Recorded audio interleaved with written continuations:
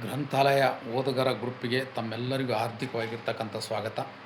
ಇವತ್ತಿನ ದಿನಮಾನದಲ್ಲಿ ಮಕ್ಕಳು ಅಭ್ಯಾಸ ಮಾಡ್ತಕ್ಕಂಥ ಒಂದು ಪ್ರವೃತ್ತಿ ಕಡಿಮೆಯಾಗಿದೆ.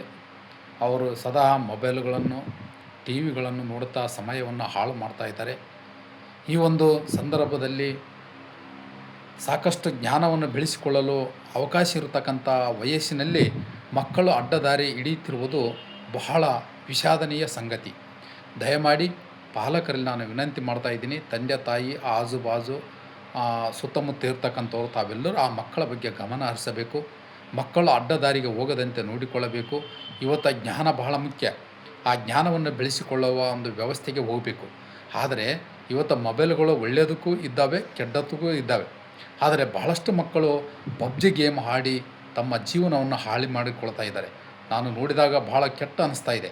ಕೆಲವೊಂದು ಮಕ್ಕಳು ಸುತ್ತು ಅಲ್ಲೊಬ್ಬರು ಎಲ್ಲ ಕೂತ್ಕೊಂಡು ಪಬ್ಜಿ ಗೇಮ್ ಆಡ್ತಾ ಇರ್ತಾರೆ. ಇದು ದೊಡ್ಡ ಮಾರಕ. ದಯಮಾಡಿ ಇಂತಹ ಸುಂದರವಾಗಿರ್ತಕ್ಕಂಥ ಗ್ರಂಥಾಲಯಗಳಿದ್ದಾವೆ ಮತ್ತು ಶಾಲೆಗಳಿದ್ದಾವೆ, ಶಾಲೆಗೆ ಕಳಿಸಿ, ಕಾಲೇಜುಗಳಿದ್ದರೆ ಕಾಲೇಜುಗಳಿಗೆ ಕಳಿಸಿ. ದಯಮಾಡಿ ಮಕ್ಕಳನ್ನು ಅಲಕ್ಷ್ಯ ಮಾಡಬೇಡಿ. ಒಂದು ವೇಳೆ ಈ ಮಕ್ಕಳು ಓದುವ ವಯಸ್ಸಿನಲ್ಲಿ ಅಲಕ್ಷ್ಯ ಮಾಡಿದ್ದೇ ಆದ್ರೆ ಮುಂದೆ ದೊಡ್ಡ ಪರಿಣಾಮವನ್ನು ಎದುರಿಸಬೇಕಾಗ್ತದೆ. ಸಾಕಷ್ಟು ಮಕ್ಕಳು ಇವತ್ತು ಸಮಾಜದಲ್ಲಿ ತಮ್ಮದೇ ಆಗಿರ್ತಕ್ಕಂಥ ಕ್ರೌರ್ಯತೆ ಮೆರಿತಾ ಇದ್ದಾರೆ. ಇದಕ್ಕೆ ಕಾರಣ ಏನಂದರೆ ಸರಿಯಾದ ಸಮಯಕ್ಕೆ ಮಕ್ಕಳಿಗೆ ಸಂಸ್ಕಾರವನ್ನು ನೀಡದೇ ಇರುವುದು ಒಂದು ಇದು ಅಂತ ಹೇಳ್ಬೋದು. ಅದಕ್ಕಾಗಿ ಭಾಳ ಅದ್ಭುತವಾಗಿರ್ತಕ್ಕಂಥ ಆ ಮಕ್ಕಳ ಜೀವನವನ್ನು ನಾವೇ ಹಾಳು ಮಾಡೋದು ಬೇಡ.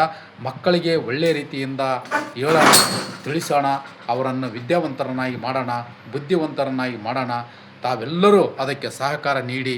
ಮತ್ತು ಇವತ್ತಿನ ದಿವಸ ಸಾಕಷ್ಟು ಸಲಕರಣೆಗಳಿದ್ದಾವೆ, ಸಾಕಷ್ಟು ಓದಲು ಬರೆಯಲು ಅನುಕೂಲ ಇದೆ.